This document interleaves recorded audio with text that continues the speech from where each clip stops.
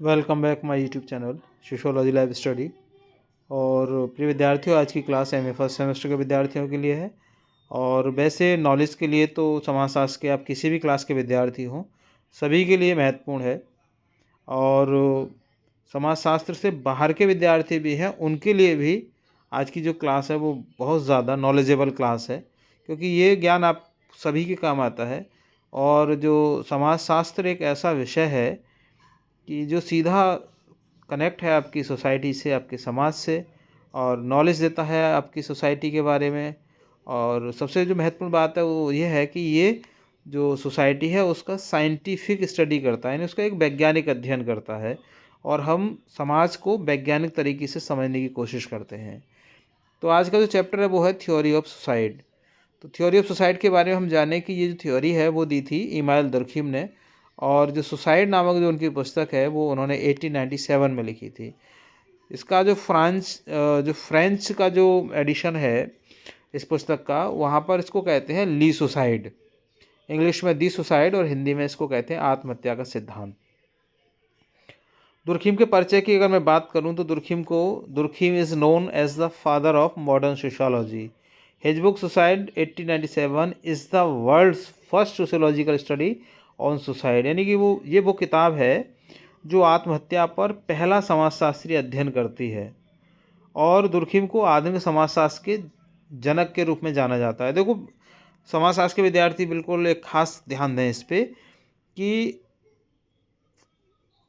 Father of modern sociology कहा जाता है दुर्खिम के लिए, फादर ऑफ सोशियोलॉजी कहा जाता है अगस्त काम्टे के लिए, और फादर ऑफ इंडियन सोशियोलॉजी वो कहा जाता है जीएस घुरिये के लिए। तो कंफ्यूज ना हो आप, इसको ध्यान से समझ लें।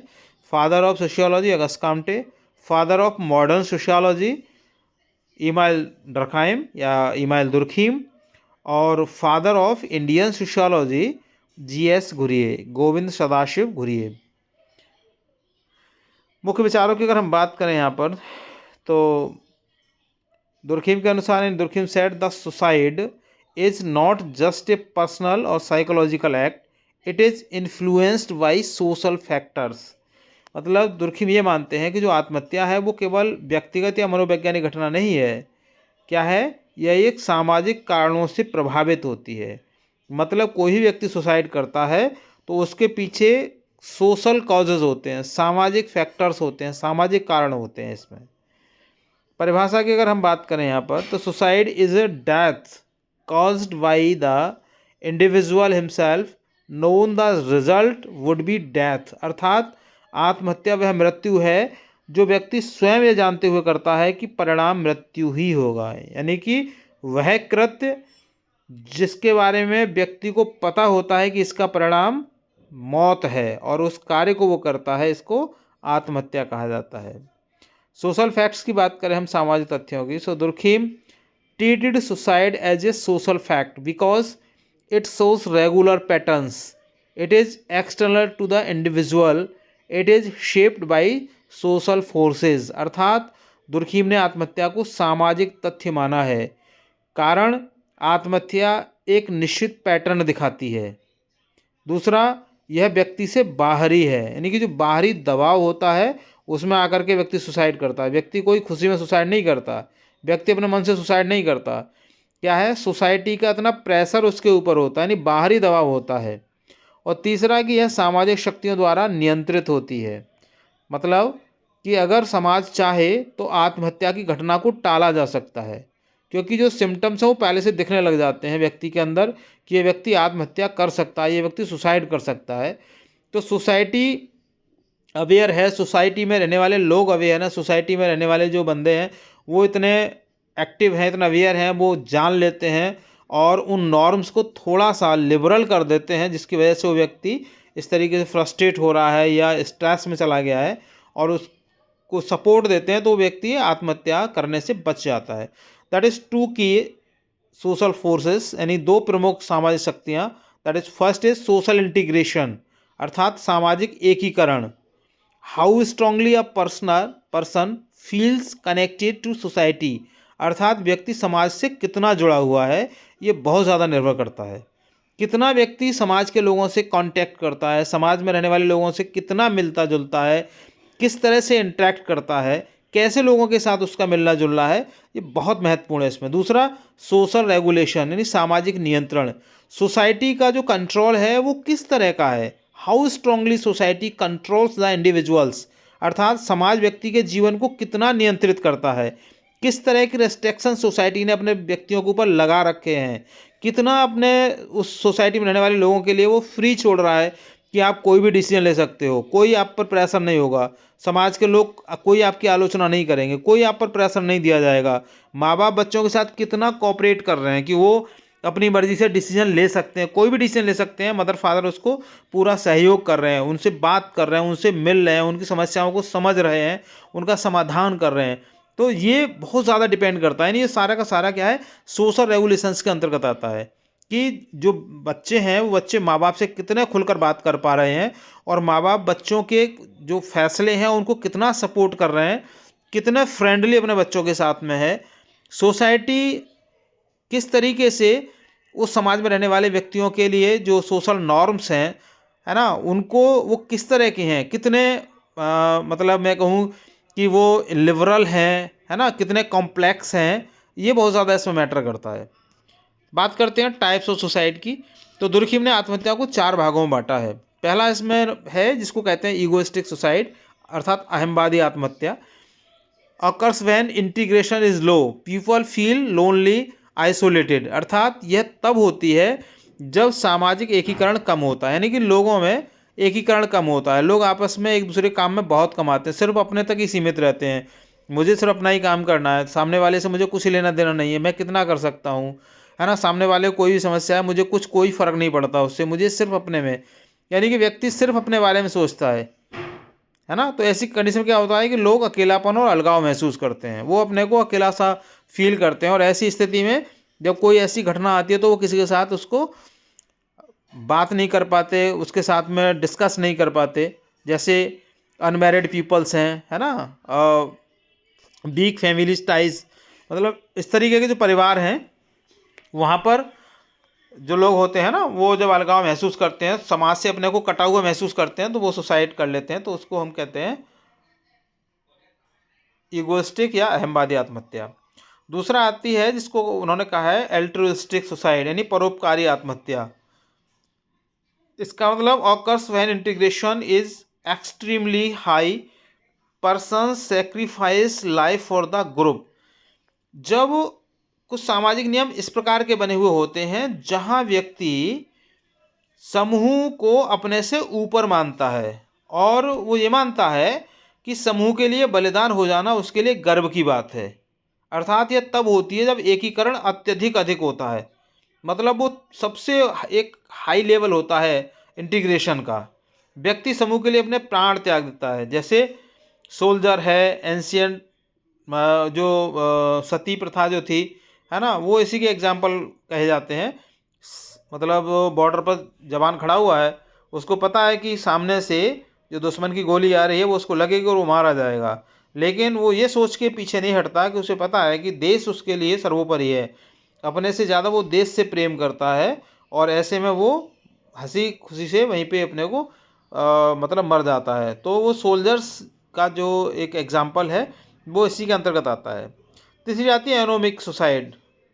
एनोमिक सुसाइड, या इसको आप कह सकते हैं नियमहीन आत्महत्या, नियमहीनता भी इसमें आती है। Occurs when regulation is weak, sudden societal और इकोनॉमिक ब्रेकडाउन कॉजेस नॉर्मलेसनेस, अर्थात ये तब होती है जब सामाजिक नियंत्रण कम होता है, अचानक आर्थिक या सामाजिक बदलाव से नियमहीनता हो जाती है, मतलब एकदम बहुत ज़्यादा मंदी आ गई या बहुत ज़्यादा महंगाई आ गई, है ना, तो इस तरीके की जो सिचुएशन जब समाज में आती है तो व्यक्ति आत्महत्या कर लेता है। तो इस ऐसी कंडीशन में क्या होता है कि किसी, आजकल आप देख रहे होंगे ना, जैसे कुछ लोगों में होता है कि बहुत सारा माल खरीद के उन्होंने रख लिया और अचानक मार्केट डाउन हो गया, मंदी आ गई, उन्हें लाखों लाखों का घाटा हो गया, तो व्यक्ति की हार्ट अटैक हो गई, तो ये भी एक आत्महत्या मानी गई है कि ऐसी कंडीशन में व्यक्ति ना वो सहन नहीं कर पाता और वो व्यक्ति मर जाता है। चौथी है इसमें जिसको कहा जाता है फेटलिस्टिक सुसाइड या नियतिवादी आत्महत्या। अर्थात when regulation is extremely high person feels over control और ओप्रेस्ड। अर्थात इसमें क्या है कि जो रूल्स रेगुलेशन है सोसाइटी के वो बहुत ज़्यादा कठोर होते हैं, और कठोर इस सेंस में होते हैं कि व्यक्ति के अंदर ये भावना भर जाती है कि तुम भाई बने ही इसीलिए हो, है ना, तुम मर जाओगे तो मतलब पैदा ही तुम मरने के लिए हो। इसी तरीके से आप का जो जीवन है ना वो नियत है, वो फिक्स है, ऊपर वाले की ऐसी ही मर्जी है, इसलिए तुम्हें मरना ही मरना है। तो ऐसी जब सिचुएशन होती है ना उसमें फैटालिस्टिक सुसाइड उसको कहा जाता है। जब व्यक्ति, जैसे इसमें एग्जांपल आता है ना, प्रेसनर्स हैं या स्लेव्स हैं जो दास होते थे पहले। तो दास क्या होते थे, वो उससे बाहर सोचते ही नहीं थे, तो वो यही मानते थे कि हम पैदा ही दास बनने के लिए हुए हैं और हमें सिर्फ मालिक की मजदूरी करके ही अपने पूरे जीवन को इसी के लिए खफा देना है। इसके बारे में जो प्रमुख तर्क दिए जाते हैं उनमें आता है suicide rates vary by social conditions, marriage, religion, family structure influence suicide, society creates pressures leading to suicide and integration and regulation are key factors. अर्थात आत्महत्या की जो दरें हैं वो सामाजिक परिस्थितियों के अनुसार बदलती रहती हैं, है ना। सामाजिक परिस्थितियों के अनुसार, जैसे कि गर्मी का मौसम है, ठंड का मौसम है, जहाँ ज़्यादा गर्मी पड़ती है, जहाँ ज़्यादा ठंड पड़ती है, इस तरीके से वहाँ का जो एक रेशो है ना वो चेंज मिलेगा आपको। विवाह, धर्म, परिवार, संरचना प्रभाव डालते हैं। अर्थात ये जो इस प्रकार की जो जिनको हम कहते हैं सामाजिक संस्थाएं हैं ये भी प्रभावित करती हैं आत्महत्या की दर को। समाज स्थितियाँ पैदा करता है जो आत्महत्या को प्रभावित करती हैं, है ना। ऐसा माना है दुर्खिम ने कि वो जो कंडीशंस हैं जिसमें व्यक्ति सुसाइड करता है ये ऐसी स्थिति समाज ही पैदा करता है। अब आप देखिए कई जगह आपने देखा होगा, आज आए दिन आप अखबार में पढ़ते रहते हैं कि कोई प्रेमी प्रेमिका जिन्होंने घर से बाहर निकल के शादी कर ली, शादी करने के बाद में फिर क्या हुआ कि वो घर वापस नहीं आए और उन्होंने सुसाइड कर लिया। तो वो सुसाइड क्यों करते हैं? क्योंकि उनको पता है कि अगर वो वापस अपने गांव जाएंगे या घर पे जाएंगे तो घर वाले उनको स्वीकार नहीं करेंगे। वहाँ के जो नियम हैं, सामाजिक जो नियम है वो इतने टफ बने हुए हैं, इतने कठोर बने हुए हैं कि व्यक्ति को पता है कि भैया यहाँ ये लोग एक्सेप्ट नहीं करेंगे, और एक्सेप्ट ही नहीं करेंगे बल्कि ये रहेगा कि आप जाओगे तो आपको मार दिया जाएगा, है ना। इसको कहते हैं ऑनर किलिंग के नाम पर वहाँ पे उनको मार भी दिया जाता है। तो उससे वो क्या कहते हैं कि अगर उनको मारा जाएगा उससे बेहतर यही है कि चलो हम खुद ही मर जाते हैं। तो इस प्रकार से क्या है कि जो सोसाइटी है ना वो सोसाइटी ही उन कंडीशंस को पैदा करती है जिसमें कोई भी व्यक्ति आत्महत्या करता है। एकीकरण और नियंत्रण मुख्य कारक हैं इसके, कि सोसाइटी में कितना इंटीग्रेशन है और किस तरह का कंट्रोल है, ये सबसे मेजर फैक्टर दुर्खिम ने माने हैं आत्महत्या के। इंपॉर्टेंस ऑफ द स्टडी, अर्थात इस अध्ययन का जो महत्व है वो क्या है, उसमें आप देख सकते हैं। तो first scientific explanation of suicide, ये आत्महत्या का पहला वैज्ञानिक विश्लेषण है जो दुर्खिम ने किया था। दूसरा, made sociology and independent discipline, अर्थात समाजशास्त्र को स्वतंत्र विज्ञान के रूप में स्थापित किया अगस्त काम्टे ने।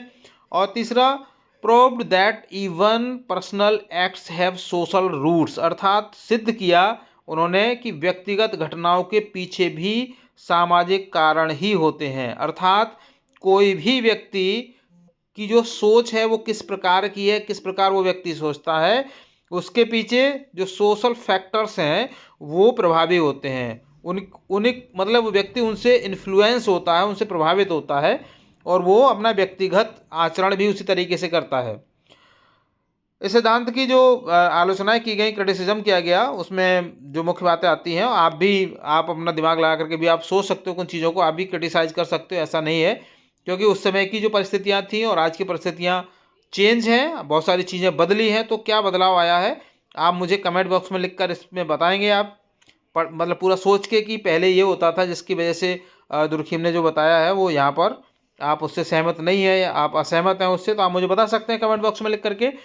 तो जो क्रिटिसिज्म इसमें आता है वो आता है कि too much focus on social factors, अर्थात दुर्खिम ने सामाजिक कारकों पर अत्यधिक जोर दिया है। मतलब दुर्खिम ने यही माना है कि जो कुछ भी है वो सोशल फैक्टर्स ही होते हैं कि व्यक्ति को सुसाइड करने के लिए। दूसरा, ignores psychological and biological causes, कि दुर्खिम ने जो मनोवैज्ञानिक और जैविक कारण है उनकी अनदेखी की है, मतलब उसको इग्नोर किया है कि भाई इसमें जो है साइकोलॉजिकल और जो बायोलॉजिकल फैक्टर्स हैं वो कोई खास इसमें रोल नहीं निभाते हैं। तो आपका क्या इसमें व्यूज़ हैं, आपके क्या थॉट्स हैं, मुझे आप बताइएगा ज़रूर। और तीसरी इसमें जो बात आती है वो आती है data errors and limited sources, अर्थात आंकड़ों की सीमाएं और इसमें त्रुटियां भी हैं। कंक्लूजन के रूप में आप यहाँ देख सकते हैं कि Durkheim showed that suicide is not an individual problem, it is a social problem. अर्थात दुर्खिम ने इसको क्या है, व्यक्तिगत नहीं बल्कि इसको एक सामाजिक समस्या माना है। सोशल इंटीग्रेशन और रेगुलेशन डिसाइड सुसाइड पैटर्न्स, अर्थात सामाजिक एकीकरण और नियंत्रण आत्महत्या की दरों को निर्धारित करते हैं। तो thank you for joining to me, और अगर मेरे इस चैनल पर आप नए हैं तो मेरा विशेष निवेदन है कि इसको सब्सक्राइब जरूर कर लीजिएगा। वीडियो पसंद आए लाइक शेयर कीजिएगा, और जो मैंने आपको बताया है एनालिसिस करके मुझे कमेंट बॉक्स में आप ज़रूर बताइए कि आप इसके बारे में क्या सोचते हैं और क्या आप और अपनी तरफ से आप इसमें ऐड करना चाहते हैं। तो जुड़ने के लिए पुनः एक बार फिर आपका धन्यवाद। मिलेंगे अगली क्लास में, तब तक के लिए